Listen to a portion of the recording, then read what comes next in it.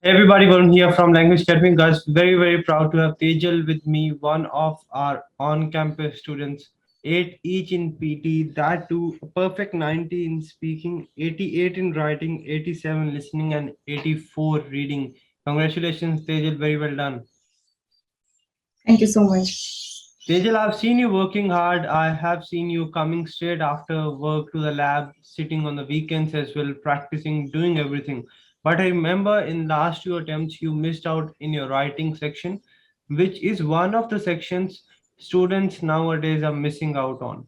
What you've got 88 in writing, which is almost a perfect 90. What do you think was the factor which helped you to take your score from 70s to 88 in writing?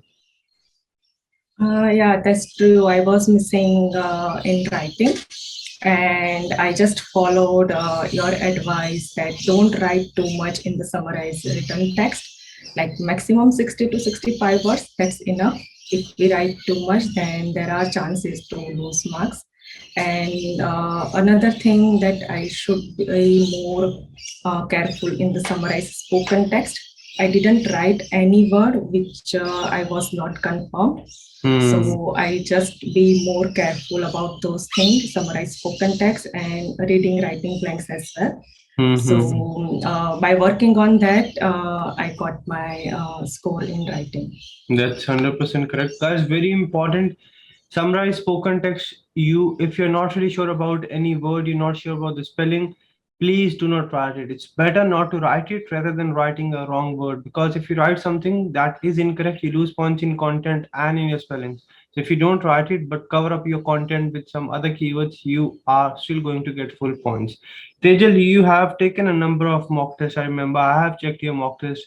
What do you think? Why are mock tests important and how do they help you prepare for the test? Uh, by taking the mock test, we can get the exact scenario, like at which score we are at the moment. Hmm. So we can evaluate ourselves and most importantly, to get the feedback. Like after giving mock test, whenever I get feedback, I worked on those feedbacks and then I tried to improve myself on those feedbacks because sometimes when we practiced, we don't know at which points we are lacking. But when we got the feedback, Hmm. we came to know, oh, this is my mistake. I should work on that. So Hmm. yeah, that's very important. Like we can know at which score we are at the moment and on which Hmm. area we should work. So basically, you put yourself in the real exam environment and you see what mistakes you make, not while practicing, but while taking the actual test. Because when you go and take the actual test, you don't really get the feedback, you just get the scorecard.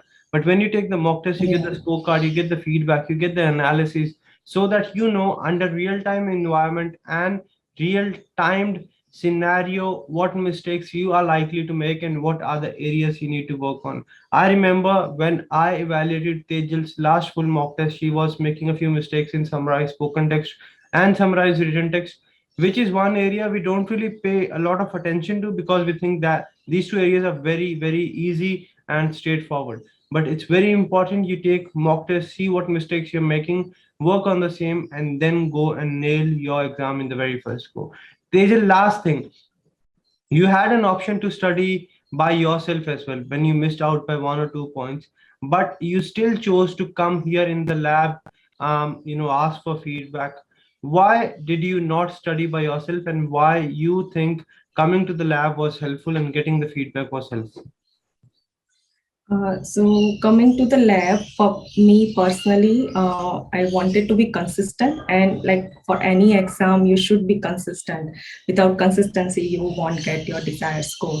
So I That's want to be consistent on my practice session and most importantly, whenever you get feedback every day, you try to improve yourself on the areas on which you are lacking. So Hmm. that's the most important thing, like continuous improvement, work on the areas on which you are lacking and yeah, practice consistently. Like when you are at at the home, like you get distracted by many other things, but when you are in lab, by seeing other students practicing, you can motivate yourself, like, others are practice, so I should practice. That's 100% correct, guys. Doesn't matter whichever test you're taking, PT, IELTS, or NAATI, you need to make sure you're consistent. You need to show up every day, practice. Plus, on top of that, you don't just need to practice, you need to ask for feedback. Once you get to know what mistakes you're making, what are the areas you need to work on, make sure you follow and implement the feedback you have been provided. Take another mock test. Make sure that you do not repeat the same mistakes again and crack your test in the very first go. Congratulations and all the very best, Tejal. Thank you so much. Guys, remember I'm very this thankful thing. to entire language academy. Thank you for that, Tejal. Guys, remember this thing. If Tejal has done it, right? If I have done it, if thousands of students are doing it every day, you can do it as well. You need to work hard, but most importantly, you need to work hard in the right direction. I've seen a lot of students, they keep on working hard, but they get the same result.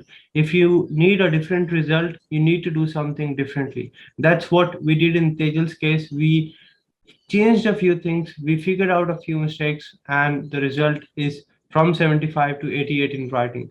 Thank you for joining in. Remember this thing, you shouldn't give up, be consistent and crack your test. I'll see you very soon. Till then, take care and stay safe.